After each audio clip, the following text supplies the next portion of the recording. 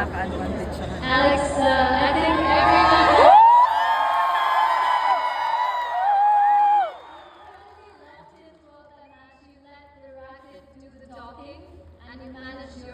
So well. Just tell us your first thoughts after I win.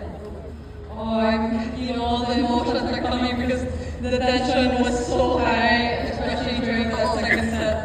So I'm really happy to have gotten through. She's a great opponent, obviously being top 10 and a former champion here.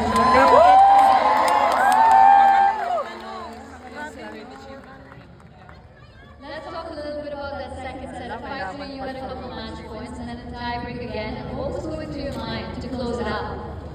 Yeah, in the tiebreak, I was trying everything to keep myself in check. And in the change events, I was thinking, this stadium is full of Filipinos.